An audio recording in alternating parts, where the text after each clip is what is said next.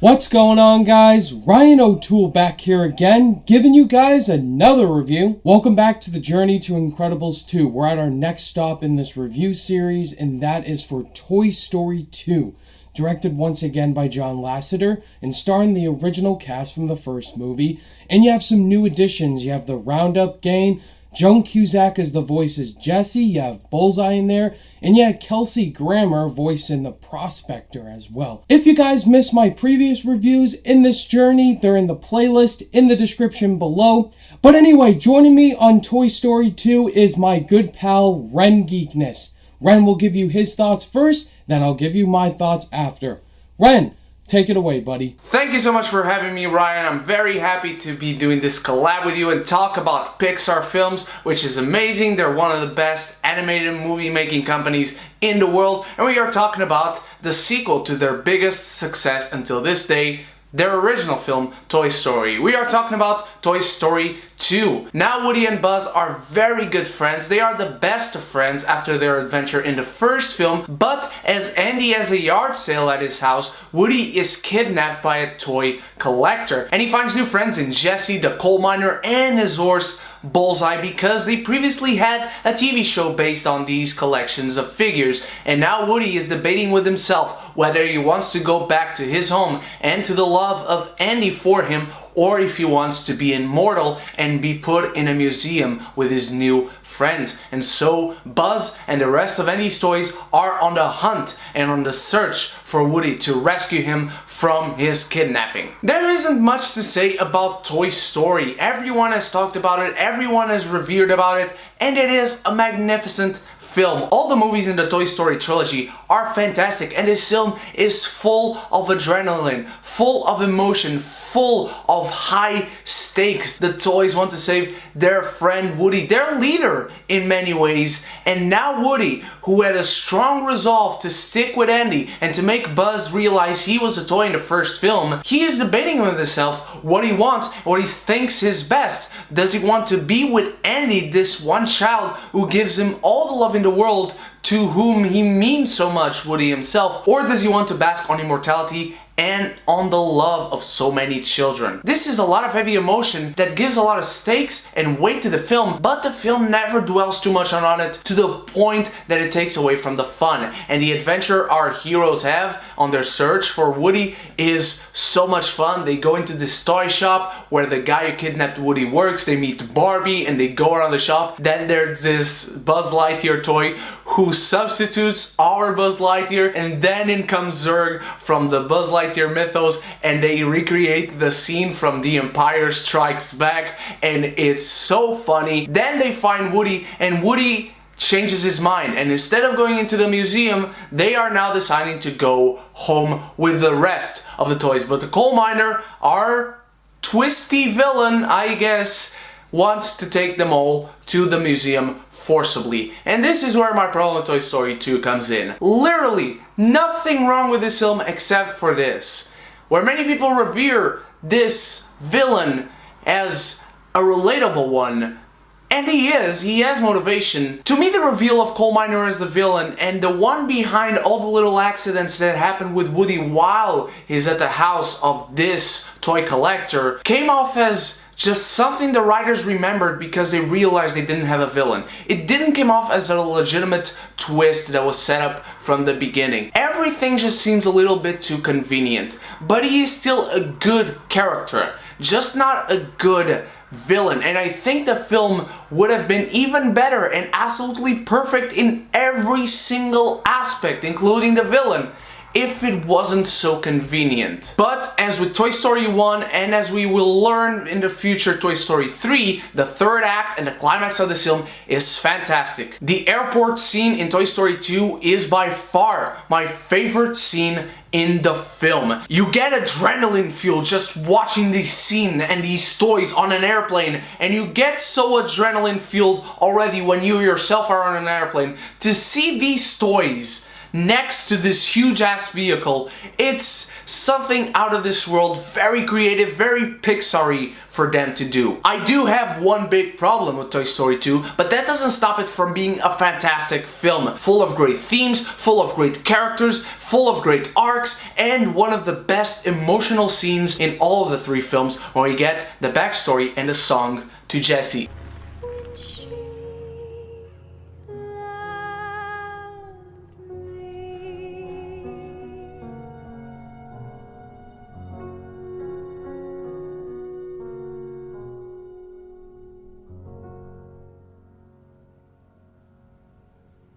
You never forget kids like Emily or Andy.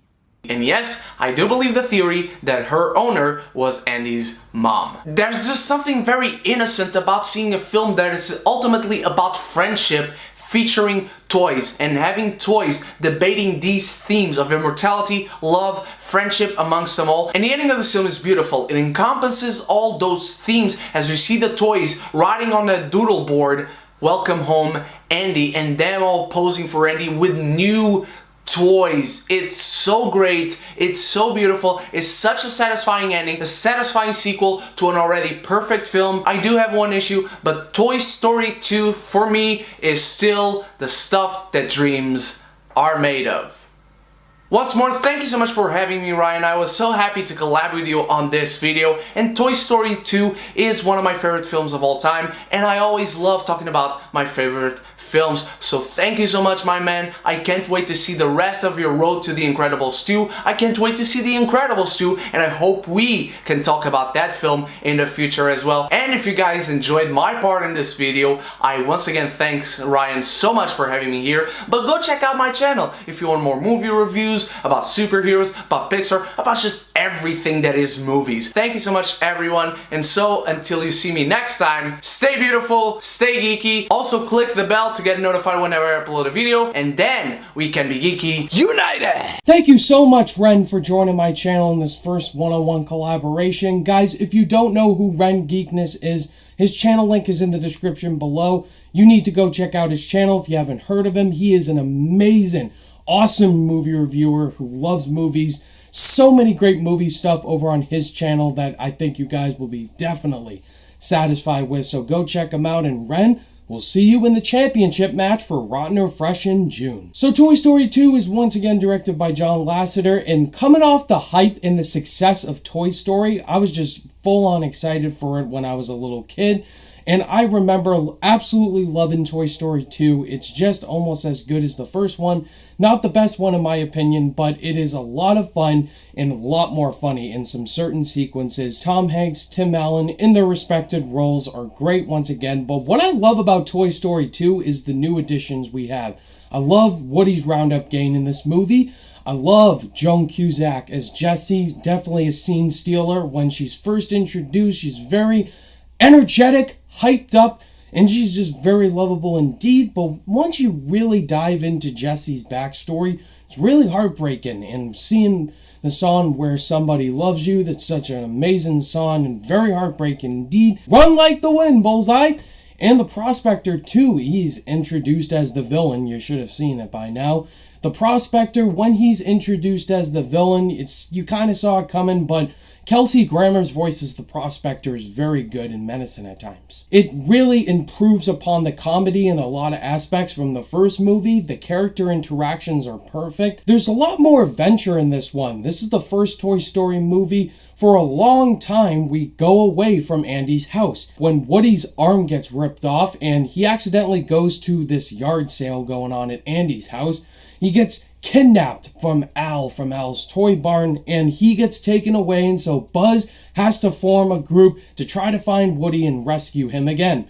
And the way the movie just feels like a road trip movie with a lot of comedy in it. One of my favorite scenes in this movie is when they're all crossing the street to Al's toy barn. It's a really awesome sequence. And the story really does a great job of balancing those two story arcs.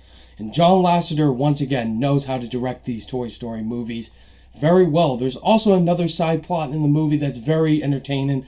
The Zurg side plot, where you see in the opening scene with Zurg, who's kind of like Darth Vader, which is funny. There's a really cool, interesting part to this movie that had me question, like, what is going to happen? When Buzz and them finally find Woody at Al's place, Woody doesn't want to go. He wants to go with Woody's Roundup, because if he doesn't, they're just going to get shelved and never played with again. And that's a really interesting stake in this movie. And then the final act culminating at this airport is just entertaining stuff. I really enjoyed it. And when you think that Jesse and them are going to go with the prospector, they want to be with Andy because they have a little sister. As much as I love Toy Story 2, I have to say and be honest that this is the weakest Toy Story film in my opinion. There are a couple flaws with it. I felt like the Al's Toy Barn sequence, once they finally get there, was a little bit too long and unnecessary. There's this one sequence with this other Buzz Lightyear action figure that Buzz comes across in this movie, and that's where the pacing kind of drags down a bit. You could have taken it out of the movie entirely, and with Zurg as well, once he shows up, you're like, did that really need to be in the movie? You could have taken it out. That's one of my major flaws with this movie, but overall, there's nothing else I can really think of. Why doesn't this movie go on par with the first Toy Story and Toy Story 3? Those movies are much more dramatically impactful. This one just feels like a safe and fun adventure from start to finish that expands upon the characters and the humor, and it just makes it an enjoyable watch where it didn't really have that much stakes to it. That's why it's my least favorite, but it's still enjoyable. With all those things being said, I'm going to give Toy Story 2 a 5 out of 5. All 3 Toy Story movies to me are 5 out of 5s. They're just my childhood, guys. Alright guys, that was my review for Toy Story 2. What are your thoughts on Toy Story 2? Let us know down below, and where does it rank in your Pixar rankings? Let me know. Thank you again to Ren Geekness for joining me for Toy Story 2. Again guys, his channel link is in the description below. Go check him out and subscribe to him. He deserves it.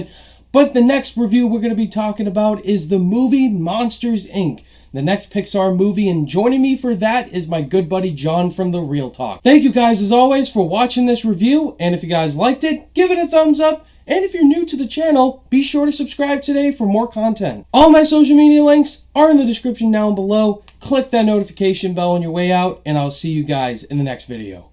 Bye!